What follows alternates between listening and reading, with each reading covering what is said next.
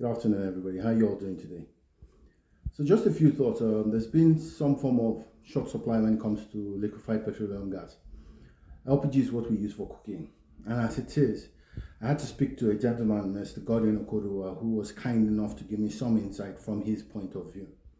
So, one of the things that we've noticed is that cooking prices or LPG prices have gone up.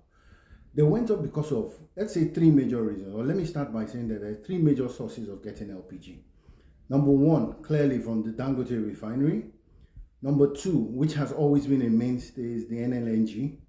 And number three, also being a mainstay, is import. So what you want to always have is that combination of those three sources of supplies should not be diluted or should not be cut off. If there's a pressure point on one, then the effect on the other is clear.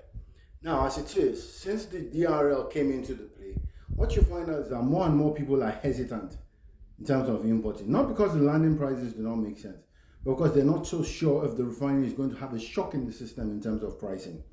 A lot of conversations around cabal. Let's leave all that for now. What is important is that while the NLNG also feeds into local production, what she does will not be enough for the country.